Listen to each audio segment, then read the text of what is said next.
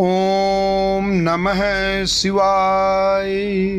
बसंत ज्ञान सागर में आप सभी दोस्तों का स्वागत है। तो दोस्तों आइए आज हम सभी जानते हैं कर्मों से जाने अगले जन्म में क्या हो सकते हैं।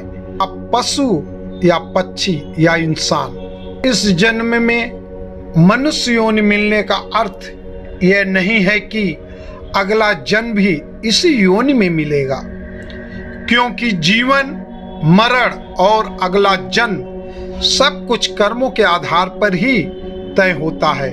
लेकिन कई बार गलत कार्य करने वाले यह सोचते हैं कि कोई उन्हें देख नहीं रहा है तो क्या समस्या है। इसी आधार पर कई बार लोग दूसरों को हानि पहुंचाते हैं।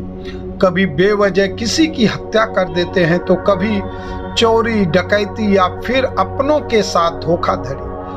लेकिन क्या आप जानते हैं कि इन सारे कर्मों के गंभीर परिणाम हो सकते हैं। इनके आधार पर सियार, गिद्ध, सांप, गधा और कोंच योनि में जन्म मिल सकता है। तो कर्म थ्योरी के आधार पर कौन से कर्म से कौन सी योनि मिलती है, आइए जानते हैं। इन्हें भोगना पड़ सकता है भयंकर नरक। कथा मिलती है कि एक बार महर्षि वेद व्यास जी से ऋषियों ने पूछा कि किस कर्म से कौन सी योनि में जन्म मिलता है। तब उन्होंने विस्तार पूर्वक बताया। वेद व्यास जी ने बताया कि जो व्यक्ति पराई स्त्री के साथ संबंध बनाता है उसे भयानक नरक भोगना पड़ता है। इसके बाद एक के बाद एक अलग अलग योनियों में भटकना पड़ता है।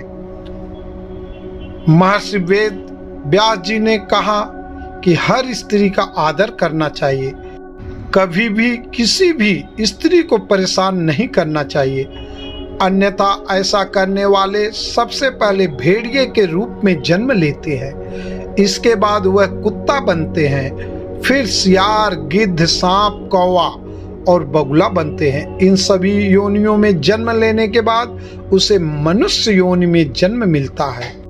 भूल से ना करे एक कर्म, बनना पड़ेगा कोंच। श्री महर्षि व्यास जी ने बताया कि बड़ा भाई पिता तुल्य होता है, इसलिए वह सदैव आदरणीय है। कभी भी किसी भी परिस्थिति में उसका अनादर ना करें, अन्यथा कोंच नामक पक्षी के रूप में जन्म लेना पड़ता है। उसका जन्म काल 10 वर्षों का होता है। यदि इस दौरान उस पर ईश्वर की कृपा हुई तो वह अगले जन्म में मनुष्य योनि में जन्म लेता है। इस कर्म से बनते हैं छुछुंदर। श्री वेद व्यास जी ने बताया कि चोरी करना हमेशा ही गलत है, फिर चाहे वह स्वर्ण हो या वस्त्र, इसके परिणाम भुगतने ही पड़ते हैं। उन्होंने बताया कि यदि कोई व्यक्ति वस्त्रों की चोरी करता है तो वह अगले जन्म में तोता बनता है। वहीं सुगंधित पदार्थों की चोरी करने वाले छुछुंदर के रूप में जन्म लेता है। इसलिए कैसी भी परिस्थिति हो, लेकिन चोरी करने से सदैव ही बचना चाहिए। ऐसे कर्म करने वाले बनते हैं गधे। श्री महर्षि व्यास जी ने बताया कि यदि कोई व्यक्ति किसी का कत्ल करता है तो यह जघन्य अपराध के श्रेणी में आता है। ऐसा कर्म करने वाला अगले जन्म में गधा बनता है। लेकिन यदि वह जिस शस्त्र से हत्या करता है उसी से उसकी भी हत्या हो जाए तो उसे मृग योनि मिलती है। इसके बाद वह मछली, कुत्ता और बाघ बनता है। लेकिन इन योनियों में भ्रमण करने के बाद वह मनुष्य योनि में जन्म लेता है। ऐसे कर्म करने वाले बनते हैं मनुष्य।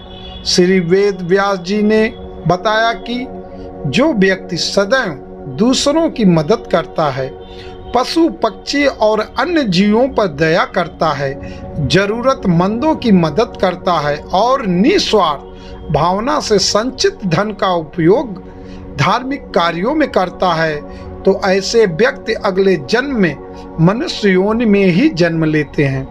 साथ ही समाज में अच्छे कार्य करके दूसरों को लाभान्वित करते हैं, लेकिन धन के प्रति आसक्त मनुष्य अगले जन्म में सांप योनि में जन्म लेते हैं।